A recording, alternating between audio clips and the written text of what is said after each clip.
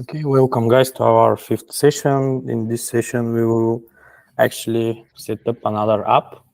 Last time we set up with you the Jobs app, and today we are aiming to set up the branch locator application. So how does the branch locator application works? Well, if I open the diagram that we have in here, the branch locator app actually receives data from the CMS. How it receives that data? Well, the data is indexed inside Elasticsearch, and then the branch locator is querying Elasticsearch to show items. Where is this related? Well, if you open the website and go to our offices, in our offices, you see a list of items, which are offices. And how does it work? Let me show you. I'll just log into production in this case. So you see how it's organized. In those, our offices.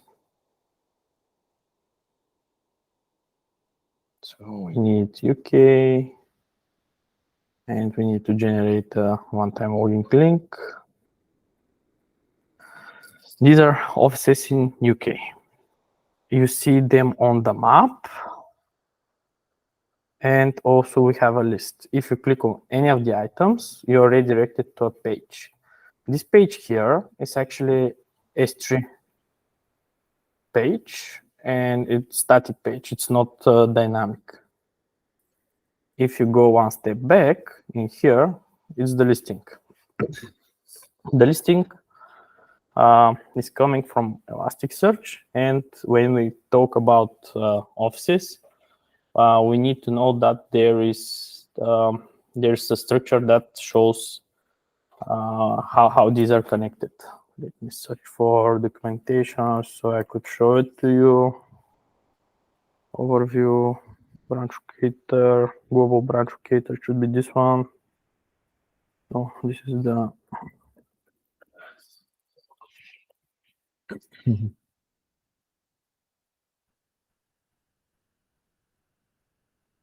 yeah, this one I need.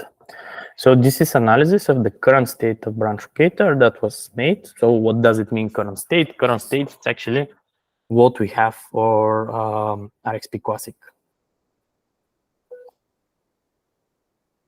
So for RXP Classic, we have several content types. One of them is called Office. So if you search for Office, you see different offices. So if I search for Belfast Recruitment Agency, this one, this is a different type. It's not office page, it's branch detail page. So if I search for Belfast here, you see we have two different contents of type office. One of them is Randstad Care Belfast, and the other one is Randstad Business Support Belfast. If I duplicate the tab and search now for branch details of this type,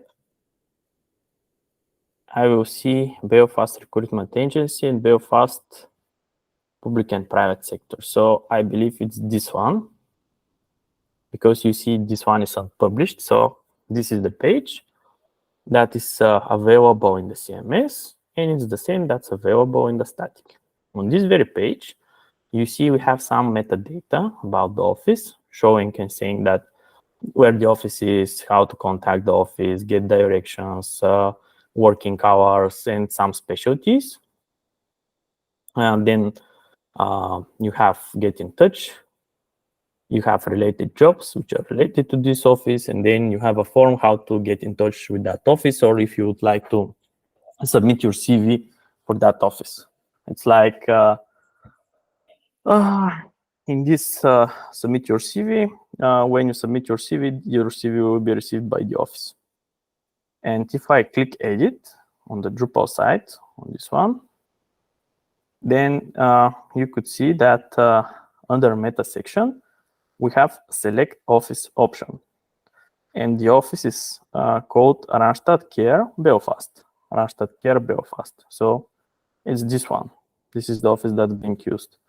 Actually, we could have seen that this was unpublished and this one is published, but if I open Randstad Care Belfast and click View, you see that the data is not presentable for the end user. So what you need to remember is that the office content type is used only for metadata and only for reference, and this is not directly visible in any of the pages. Part of this data is visible when you open branch detail pages. So in every branch detail page, you add a reference for an office, and that's how you populate the metadata section here. And you see the phone numbers, you see the emails, you see the direction. Actually, everything that's available in the metadata is added in there. And the only way you create branch details, which is publicly available page, is simply adding the title, adding meta, and then you add the office description.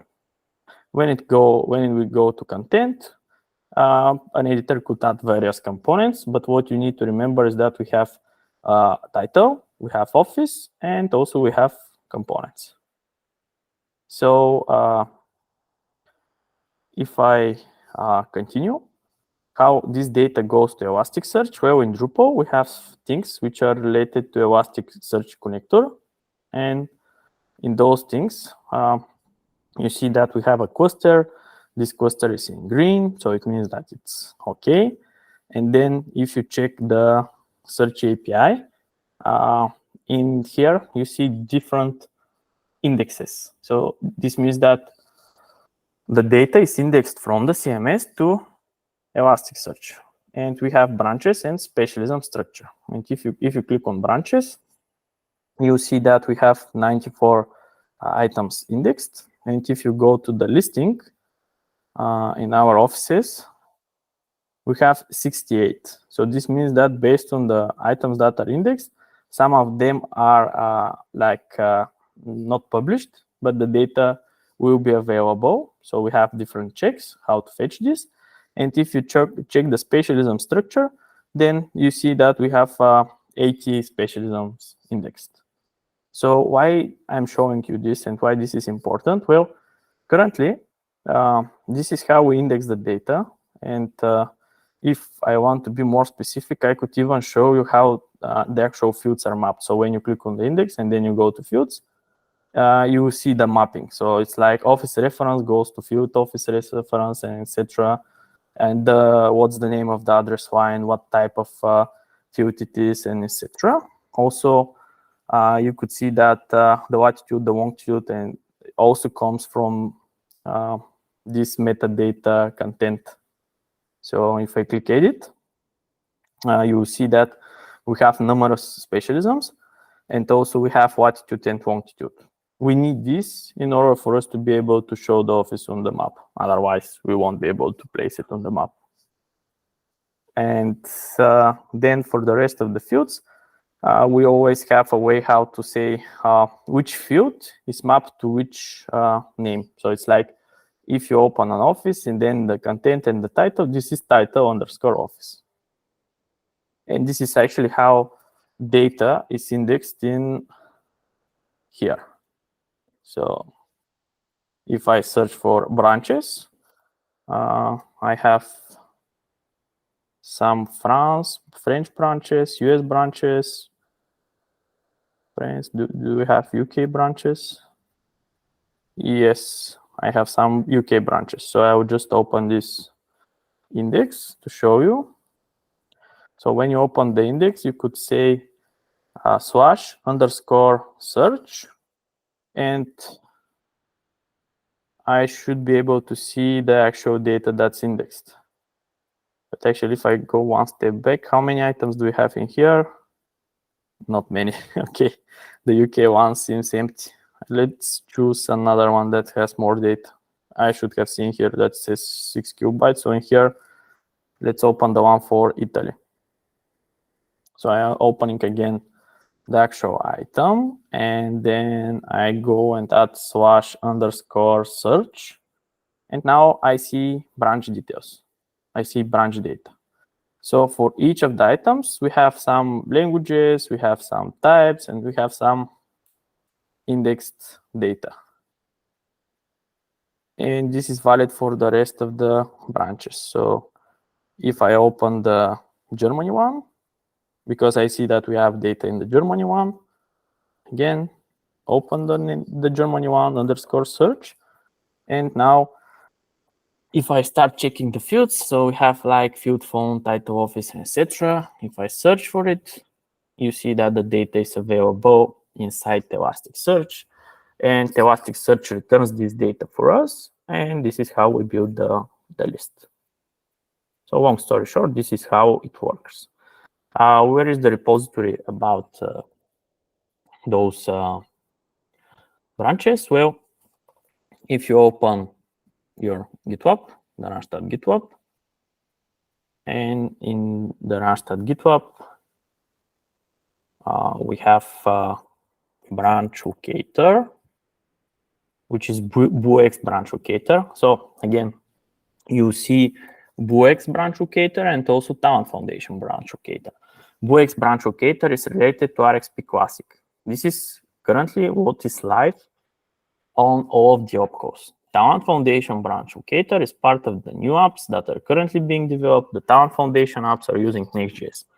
The RXP Classic apps are using React. So it's, if you see BuX in front of the app, the BuX prefix means that this is React app. The Talent Foundation means that this is Next.js app. This is how you could split them. So if I go one step back and see, do I have the branch documents, projects, Randstad, GitLab, and I need to see, do I have the branch locator here? I don't see it, so let's just run one quick search. No, this is good. So I could clone the branch locator from GitLab. So I copied the URL and clone it, and this will download the branch locator for me.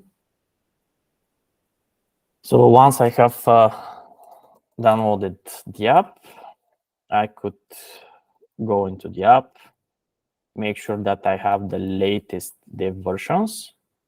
Then I say yarn install.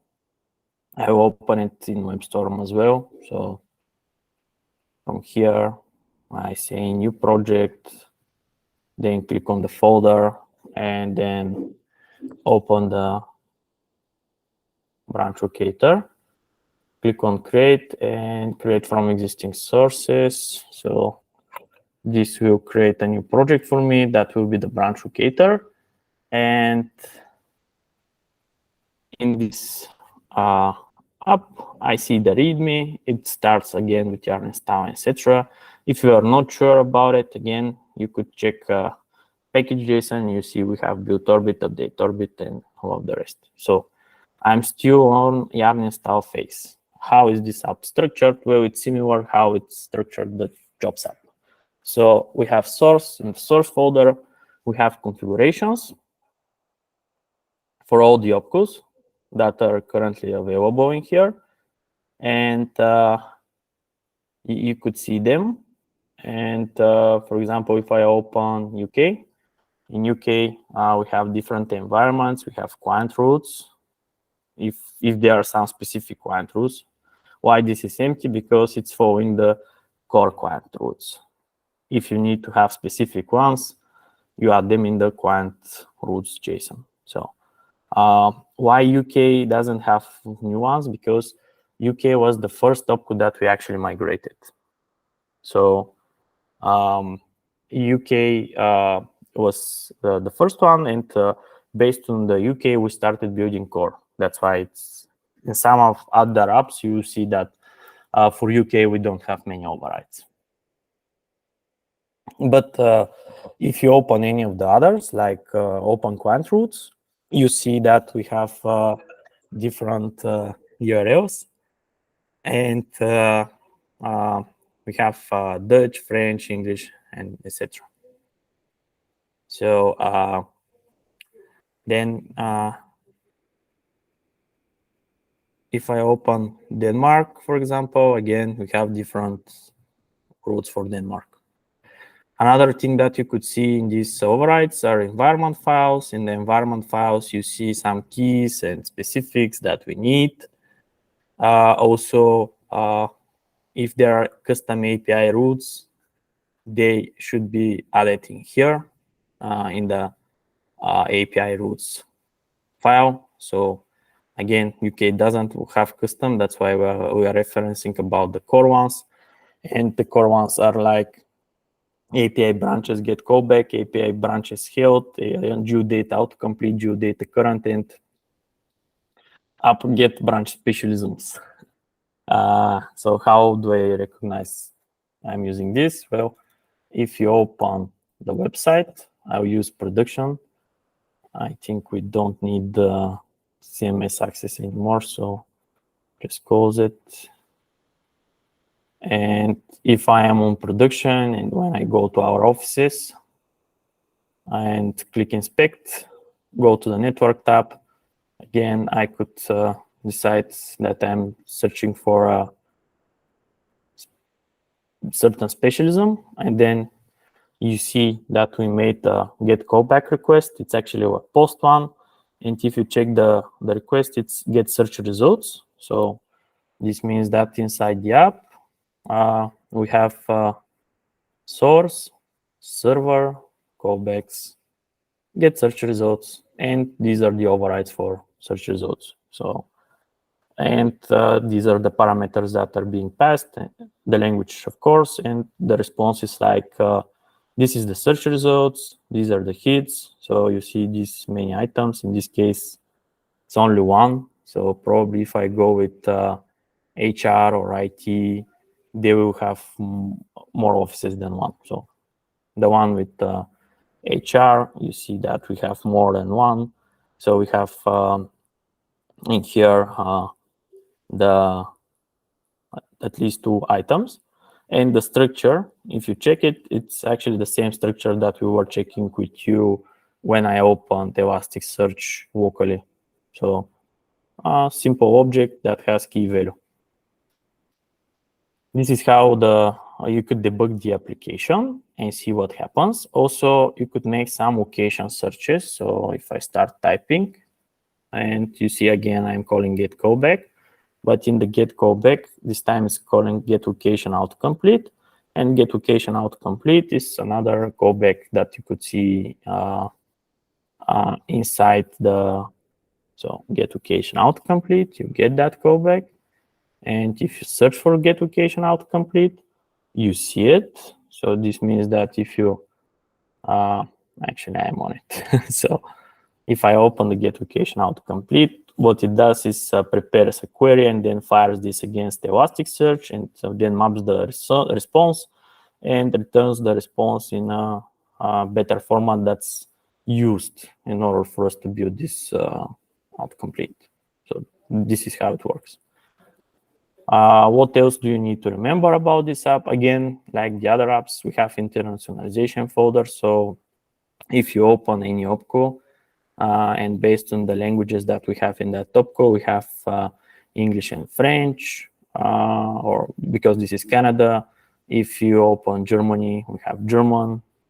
And if you search for any of the keys inside the client side, so inside pages and components, you see where these are used. So it's following the same structure. We don't write any text in here. If you need something new, you make sure that this is added and it is translatable. So a small note, if you are working on a new feature and in the app this was missing as translation, you need to make sure that if this is going to be a global feature, all the translations are available. So by default, it will always fall back to the default one, but this is an important because as we have many opcos in many countries, and if we want to introduce a new feature, one of the pain points that we used to have over the years was not adding translations, because it's really slow to ask 30 different businesses across the globe, hey guys, please add translations. So this is not your job. Usually this is handled by the product owners, but I'm telling you to have it in your mind that it's not like we are ready with the feature and we deploy it, unless there's a business decision. So this is about the translation part. And if I go one step back and open the configurations, if there are any specifics that need to be overridden regarding callbacks, they go in the callbacks config JSON, and same for components if there are some components which are different. And sometimes we need some hooks which are different. Usually the data layer helper is specific, and this is valid for most of the apps. Like what is the data layer helper? There's a specific video about data tracking that you could check, but how you could find it really easy. If you're on any page that's running the RXP platform, and if you search for data layer, you see here a list of a lot of events. Like some of them are GTM, other are pushed by us, like this is the page where you are, and these are the search results. So if I make any other actions, so you see we have 31 items, but if I say search for London, Greater London, and I want to search for less than 50 miles, when I click search, I get some results. And when I check the data layer, in here we had 31 events, in here we have 40 events. So based on a certain action, we need to push some events to the data layer tracking. And usually those events are added by two different places. One of them is the actual application. The other one is the client has a tracking team, and they provide a lot of events and listeners inside through GTM, actually. But it's our responsibility as developers when we receive a certain story, again, let's say a new feature, it's always a good idea to ask, okay, what about tracking? What kind of tracking do you want to have in there? Because Randstad are a data-driven company, so if they introduce new feature, they want to measure how often this feature is used. And most of the times it's like when you click a certain button, like this one, check how many, fire a new event in the data layer, and then they will receive it in the dashboard. It's something like this. I'm reminding you because it's good practice to think of it when you start working on a new feature. So that's why we have the data layer hooks. The rest are mainly some specifics that should be removed. So why should be removed? As you already could recall, we don't want to have overrides in the Talent Foundation apps. So in RXP Classic, we have overrides. In the new apps, we won't have overrides. And it's also good for the business, for Randstad, not to have overrides and everything to be unified. So compared to the other apps, this app is really smaller one. You see, it follows the same structure, but it's not a big one. So let's see whether we will be able to start the app. In order for us to start the app, I will build Orbit. And now building process works. Why does it work? If I go one step back, again, each app has infrastructure folder, then we have app Docker file. And in here it says that it starts from node 14. So we have a difference between the apps. Not all of the apps are yet updated. So currently we have stories which are handling this. But in this case, we are using node 14, and this will be updated soon. But as we are using a newer version, and this is the same structure as we had in the other, I expect the app to be running. So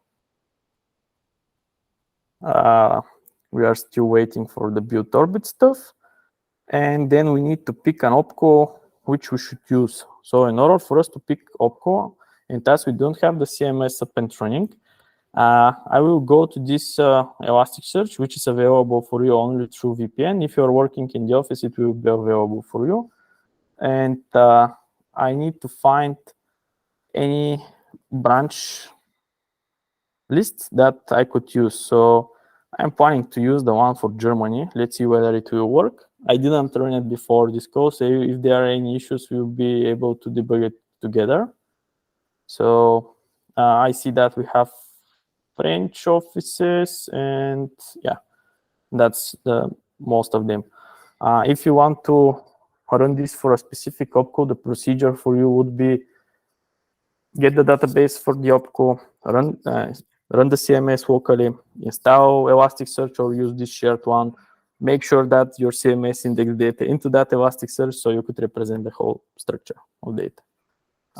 It is time consuming, but most of the times we don't have major issues with this type of app because it's, you see, fetch data and just display it. So this was built. The next thing that we need to run is provide opcode label, let's say Germany, yarn def. And then if everything is okay, this should start application.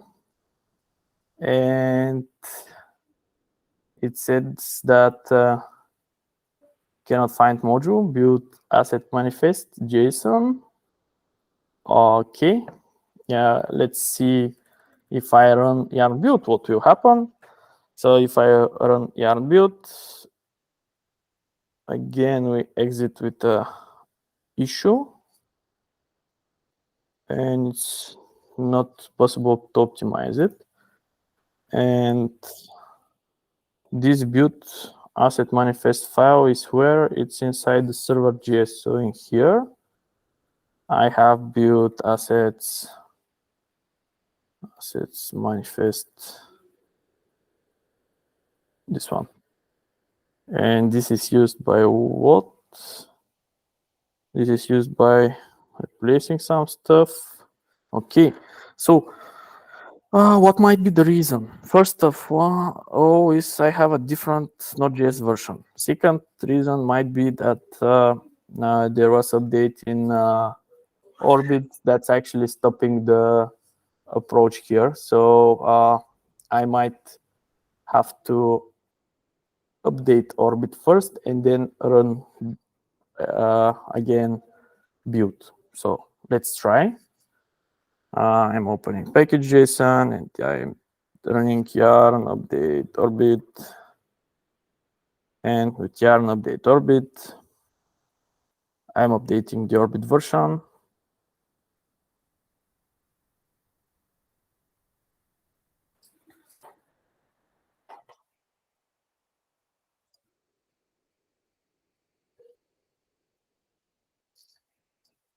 Okay. Just still waiting for it to download the local Orbit stuff.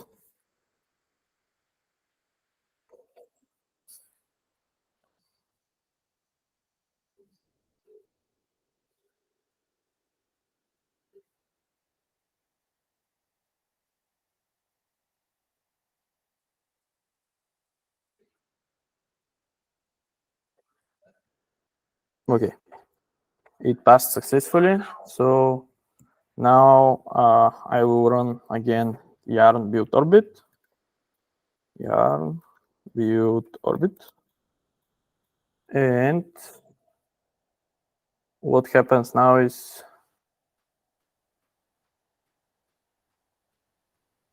should build it, and then we start again with yarn def. If it doesn't work, I will make sure that I switch to the correct version of Node.js, then run again yarn install, and make sure that it's supported. So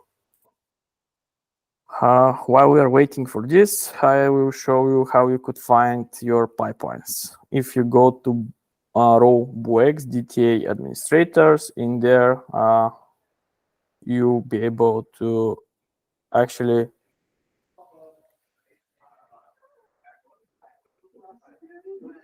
go to pipelines. And in the pipelines, you could search for branch locator. And if you search for branch locator, you see all the pipelines. And let's say we're interested about the UK branch locator. One way is add directly UK branch locator, or just search like previously dash opcode dash, which will show you the actual list of apps for UK. And when you see the actual list, you need to consider which environment you're interested in. So I'm interested in Dev2. So currently I'm seeing only 2 pages in here, and I could easily find the branch locator one. When you open it, how it works, again, we have the source, which is reading from code commit. Then we have the build phase, deploy phase, and post-deploy phase. Something that I didn't told you up to now, what does the post-deploy phase do? Well, the post-deploy phase, you see here, makes only one call like, hey, SQS. By the way, SQS is Amazon SQS service. So this is simple queue service, and the idea of this queue service is that we are adding a command like, hey, please invalidate the CloudFront cache. Why do we need to invalidate the CloudFront cache? Well, if you go back to the diagram here, well, we have CloudFront cache in front of the apps as well. So if you have made any major changes, you want to invalidate the CloudFront cache, so you are sure when you deploy the app that the first person who will hit it will get the new version, and you will cache the new version. Otherwise, you might deploy something, and some people will see your new change, the other people won't be able to see it. That's why on all of the apps, when we deploy them, we invalidate the CloudFront cache in order to make sure that the users will see the latest version. How you could find out whether something is cached or no? Well, I think I have shown this, but let's again hit the listing of the app. And then when you go to network and click again, and we are interested in the document, first you check here where it's coming from. For some of them, you see that it's coming from memory cache like this. This is your local cache. But if you open the details and then go to response headers, so I need to make this more visible, and you see the X cache hit from CloudFront. So currently, I'm receiving a cached version of the app in the list. In order for me to actually not receive such thing, when I deploy the app, it will invalidate the CloudFront cache, and I will receive not cached version. So this is what the post-deploy step is about. The deploy step is about replacing the container in the ECS. So inside ECS, Elastic Container Service, I will show you how to find out the, just here. I will show you how you could find out the app. I need to check one thing. We have time until 10:30, if I remember correctly, just to make sure that I'm not missing the dates, but it was 10:30. No, it's not 10:30. So yeah, it is. I'm opening the Fargate for dev. Then again, type UK. It will list for me all the UK stuff. And in the UK stuff, I have the branch locator. When I click on the branch locator, I get the health and metrics. And when I get those health and metrics, first I see that this is active. Also, how I could find out whether the app is running, API, branch, and you see that in these APIs, we had health check. Let me show you how I know that this is existing. So I add specialism, click search for XHR, and you see it calls API branches. So if I go one step back and say API branches health, it says 200 OK. And this is, by the way, added in the app itself. So inside the app, if you check source, then go to server, then go to routes, and then if you're interested in health check, you see the response. And by the way, this is what Amazon is doing. This health check actually is just hitting from time to time the endpoint, and if it returns OK and 200 response, it's alive. This is how it works, the ECS check on Amazon. Then if you go to tasks, you could see the different running tasks. As I'm currently on DTI environment, that's why I see only one task. And under walks, you could see the walks that are currently being returned. And you see that we have some info walks on diff, like someone searched for this one, etc. So this is where you find the walks.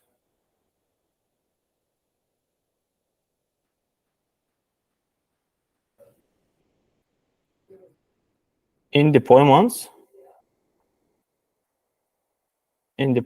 you see, do we have any active deployment? So currently we have one running, one desired, 0 pending. So sometimes when you're on the deploy phase here, you see actually how an instance is being moved. So it's like one running, then one pending. And how does it replaces? You have the running instance, the other one is prepared. Once this second instance is up and running, at some point you have two running instances and the old one is removed. This is what the deploy phase does. And what kind of issues you might have in there? Well, you might first have issues in the build phase, like you see when I try to build the app, I get the error like this. Because this is what will the build phase run, and this will fail on the build phase. But you could also have errors on the deployment phase, and if you have errors on the deployment phase, the way for you to see these errors is when you click on tasks. Then in here you have running tasks, but you also have stop tasks. You click on stop tasks, and if there are any stop tasks, they will be available here. So if you had deploy error on deployment, when you click on the details, you won't be able to see anything meaningful. What I mean is you go to the same screen and you see that it's not deploying, but you won't be able to find out why it's not deploying. So in order for you to find out why it's not deploying, you go to tasks, you go to stop tasks, and then here you have a list of stop tasks. You click on the first one and then go to logs. So what does it mean, deployment phase? Deployment error might be yarn build runs successfully, but when someone tried to access it, it dies. So this is something that you won't be able to find out unless you try this locally. We had such cases. So the app is building, but when you access something from the app, there is an error in the app, and then the app dies.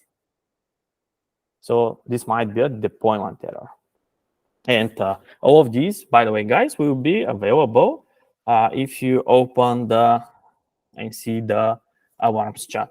In the Warms chat, you see which phases. So most of the time it's build phases. In here, you saw that there is an error on the deploy phase. So in this chat, we see what's the reason for a certain issue, and we are actually capable of finding out. Okay, so this doesn't work. That's not good, not ideal. But what we could do is actually switch our Node.js version. And due to the fact that we actually did this yesterday, we already know how to do that. So if I go and edit this CHRC file, and in that file, I have node 18, but I need to switch to node 14. And do we have node 14 user local node?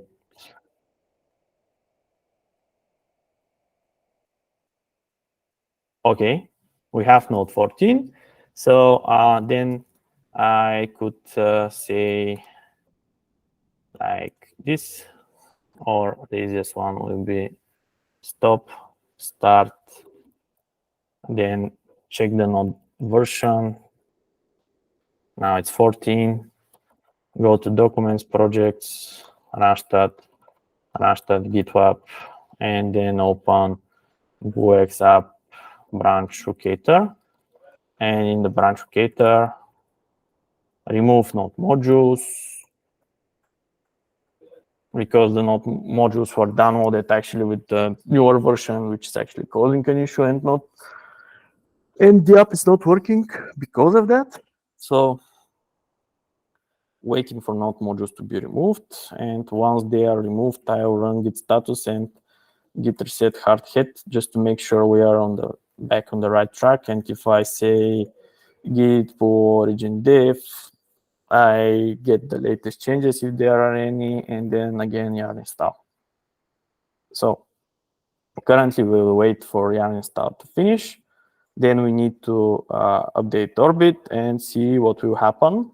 We are aiming for the branch locator to start. While we are waiting for yarn install, I will use the time just to show you something else. It's called articles app, but as this app is actually the same as branches, so if you search for any articles, you will see here that we have some UK articles. And if you open the articles app, you go to infrastructure, containers, Docker file. You see it's again node 14. So then we could actually see the structure. The structure is exactly the same as the other apps. It's again React application. So you saw that yarn install was successful. So yarn build Orbit. We expect this to be successful as well.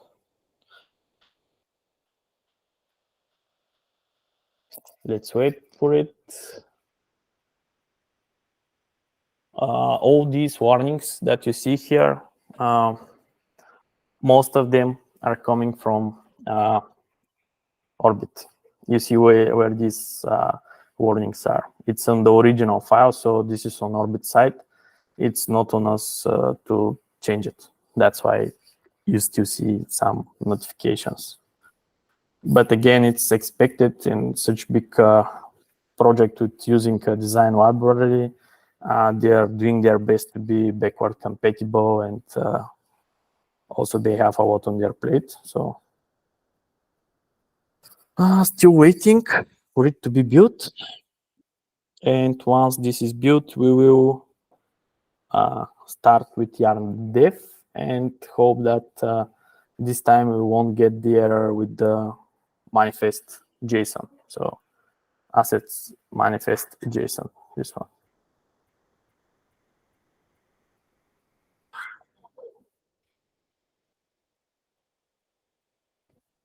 And we have the extra chunks here, so I expect that it should be working.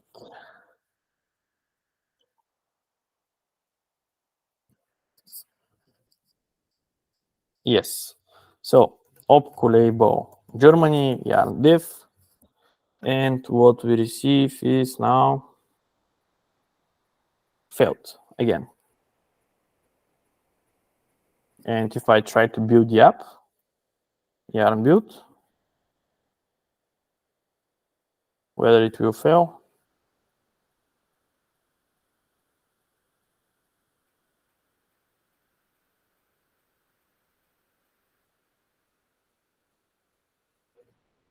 Because you see it's searching a file inside the build folder. And I run yarn dev, not yarn build. So it built successfully, which is good. So yarn dev should be working now. Yes, it is. We passed that phase. Important thing to know, check the port. It's 1890. So if you need some specifics, or if this port is something that you don't like, you could always update it. If you search for the port, it's available in the configuration files. It's listen port, and you could adjust it. So currently we received that everything compiled successfully, and if I open localhost 8090, we're waiting for it, and I get an error, but you see the error is in German, which is good.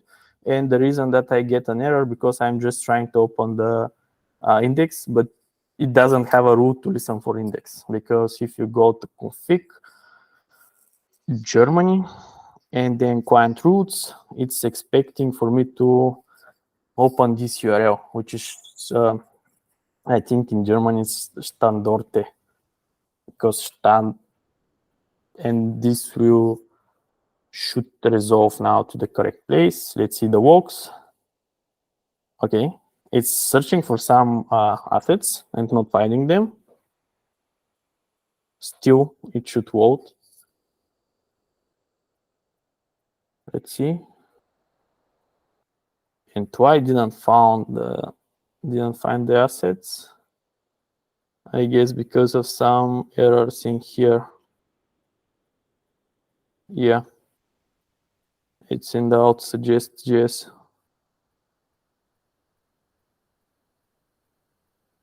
Okay, do we have a response? No, not yet. It made search. It didn't find the file.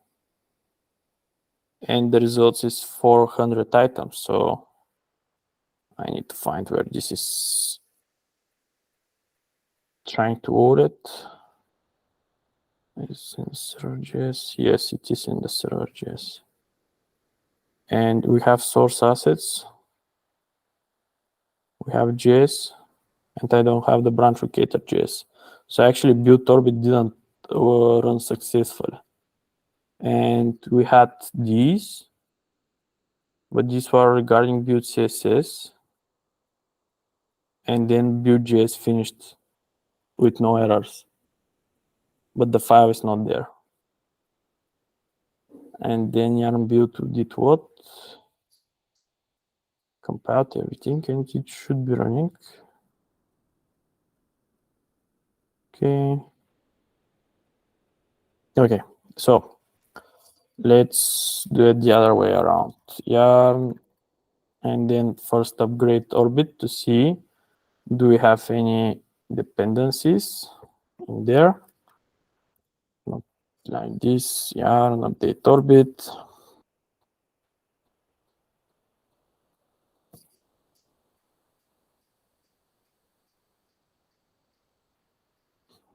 And then we will build again orbit.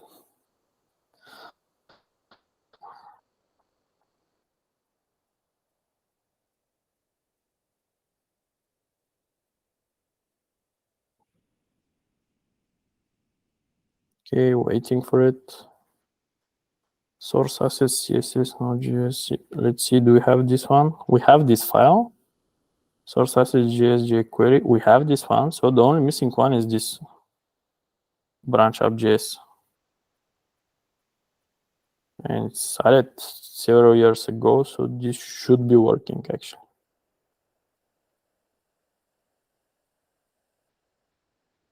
And if I go to JS, I see the branch locator.js.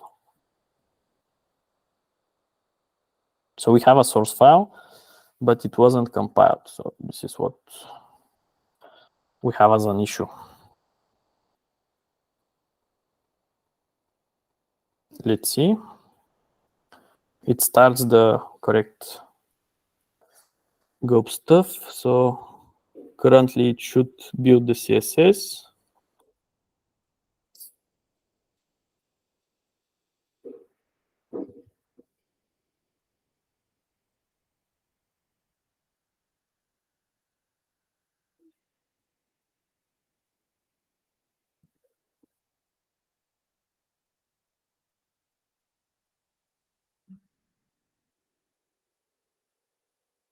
Okay, let's see. And by the way, it runs which ones? Let's see. It should run branch locator source asset GOP file. So it's source assets GOP file. In that GOP file, we're running build CSS, build JS, and build scripts, which is actually a reference to this build script stuff. And in that build script stuff, what do we have? We have Webpack and TS build. So this should work. And it's still building the CSS. And we should be able to build the JS. If it doesn't execute correctly, we should be able to build only the JS to see why the assets file are not being generated. because if I compare them, I'm missing a lot of them. I see the polyfill, I see the SVG, I see the jQuery, but the rest are not in there.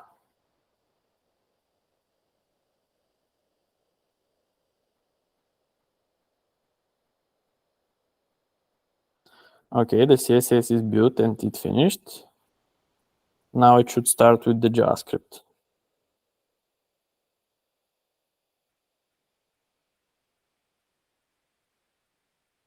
And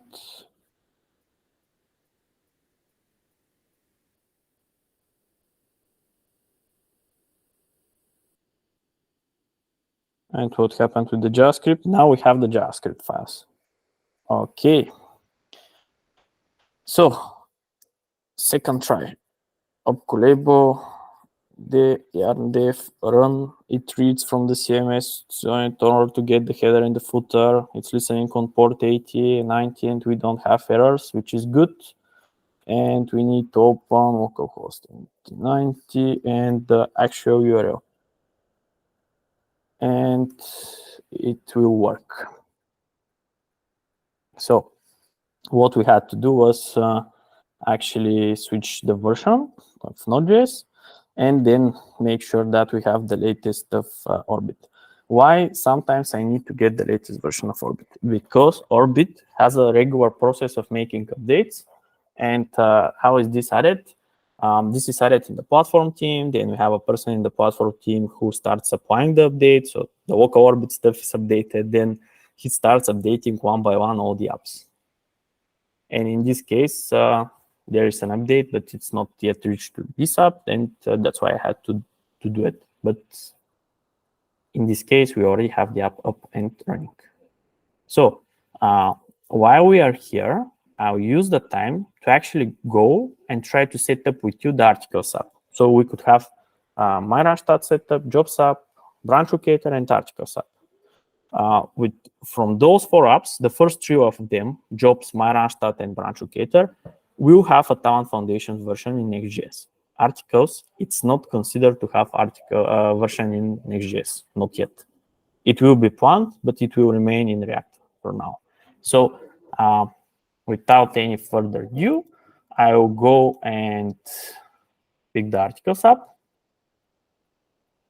and clone it. By the way, while I'm doing this, do you have any questions?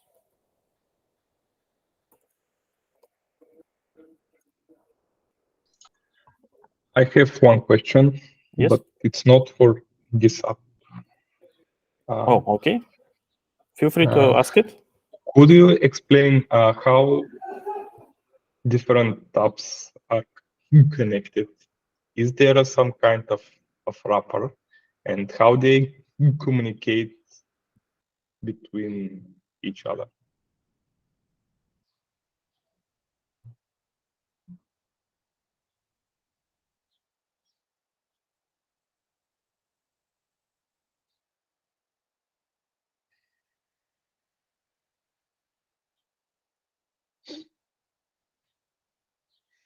Sorry, guys, we are short of stuff, so I had to pick up the phone. So how are these apps connected? What I will do is I need to ask someone to go and fetch something for me. I'll stop sharing for that time and then ask in the chat if someone could go and get the package. And how does it works?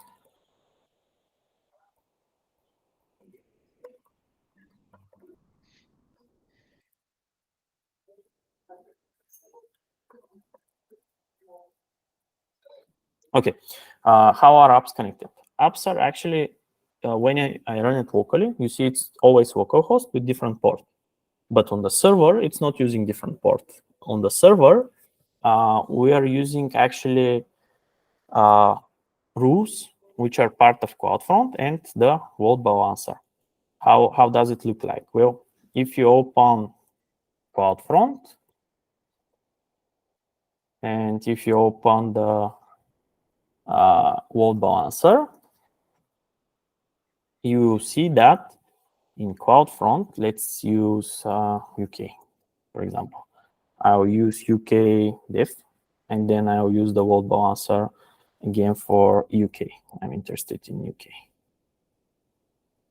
And again, UK diff. If you open CloudFront and go to behaviors, this is what kind of rules we have now. And those rules are like, if you try to access a certain URL, then you will receive the traffic to that response. So it says slash my Randstad goes to apps. And then in the load balancer, we have more specific rules like if you try to open the behavior and search for, let's say, my Randstad, if the host header is this one and the path is this one, then the traffic will be forwarded to this instance. So what you could imagine actually is that we have a load balancer that's splitting the traffic. How would this look like if I try to prepare a diagram quickly for you to see it? It's like there will be an empty diagram. Waiting for it. So we have the jobs, then you have my Randstad, then you have branch locator, then you have static, let's say, static site, which is H3. And when you as a user try to open a page, all of these are actually staying behind logic, which based on the URL that you're trying to access, it will forward the traffic to the correct place. So for you, it's like running all of these apps on your local computer, but instead of localhost, you have a domain, and behind that domain, you have rules. If you try to access /jobs, it will go to the jobs app, no matter what. So it's like this. If you try to open anything regarding my Randstad, it will go to my Randstad app. And for the app itself is like standalone. And if the app needs to make any queries, let's say one app needs to call the other app, it's not, it's doing it in a way like, let's say, jobs app needs to call my Randstad. This is in the case when you want to perform job apply and etc. How this is done? Well, when jobs app needs to call my Randstad, it's doing it like call, you have domain, then you have API, then you have my Randstad, and then you have the API that you want to call. And this is backend to backend call. This is how it's done.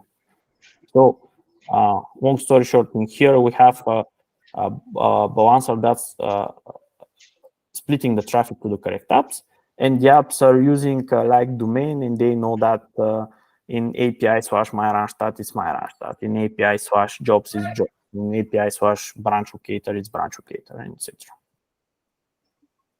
Did I manage to explain it, or? Yes, and if can we reuse logic from one app in another? Actually, yes, we have libraries for that. When you check the packages, you see different libraries. And for example, one of the things that we actually reuse between the apps is stuff that's regarding logging. So if I open the app and if you search for log, you see we have logger lib. And if I go to node modules and then FFW, you see that we have the logger lib.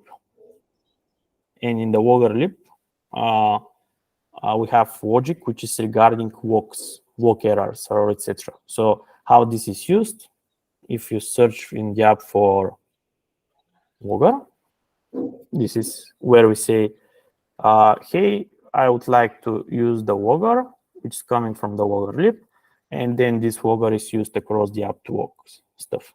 And this is how I reuse this type of object, how I walk errors. And in the new apps, we have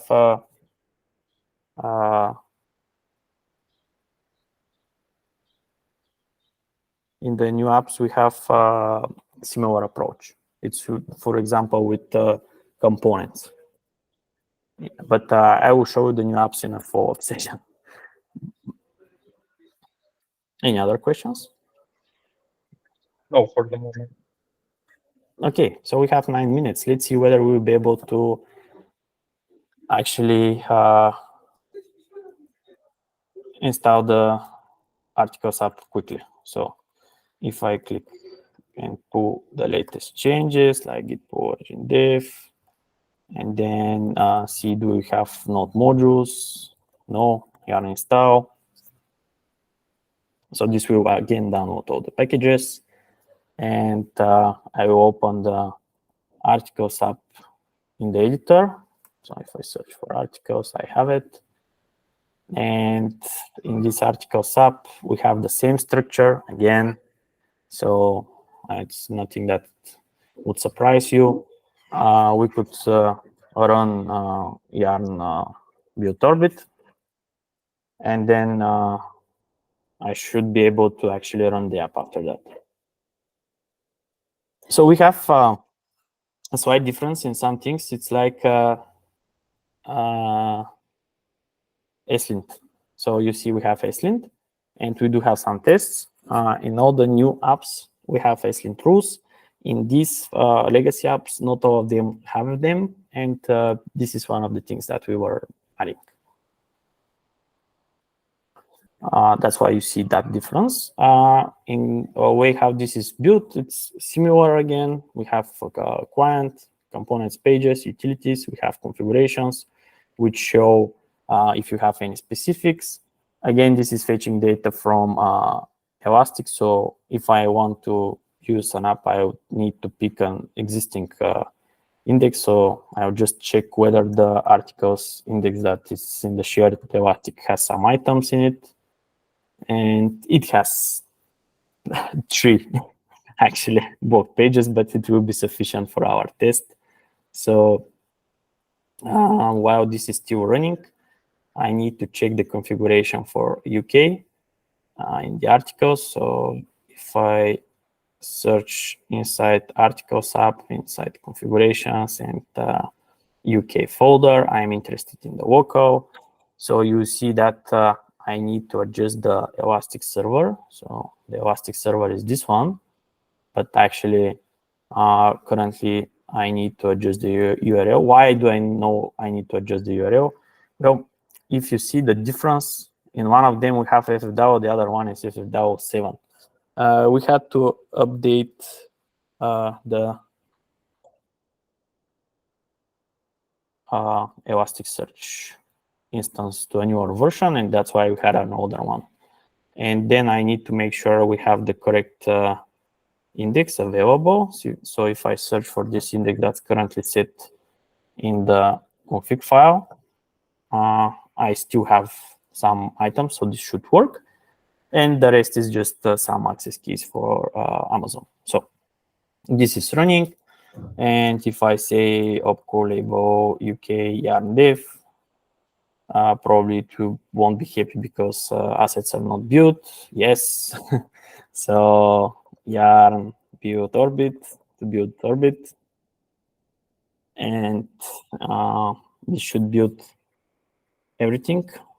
And then I need to run opco label UK yarn build.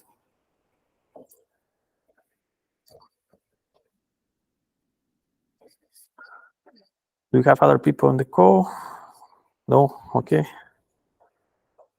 Let's see when this builds, whether we'll be able to actually run this application. And I'm sure that after this, you'll be way more confident that it works.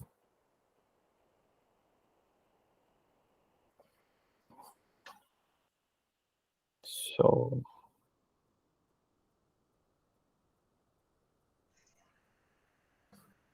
Keep waiting for it to be built.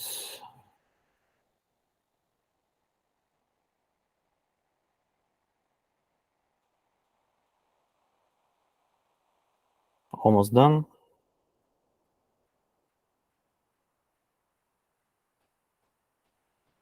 And when we have this, we will be able to actually run everything. Yes. So I had opc label yarn dev, and I will say yarn build. So we would have the manifest file. And then yarn dev should work. Let's see. In assets, in JavaScript, we have standalone. So we should have everything.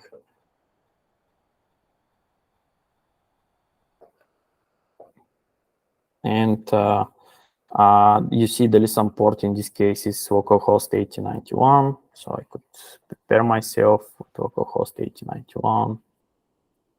Here won't work, but I know that once this finishes, I should be able to run it. So now it says that it should start working. It fetches the header and the footer. It starts listening on this port, so I could hit it. And when the app is ready, I should vote. And it says that internationalization is not defined, which is interesting. Okay. And then I need to see what are the active routes. So config, UK, client routes, and I didn't check what was the data. So these are what? It's career.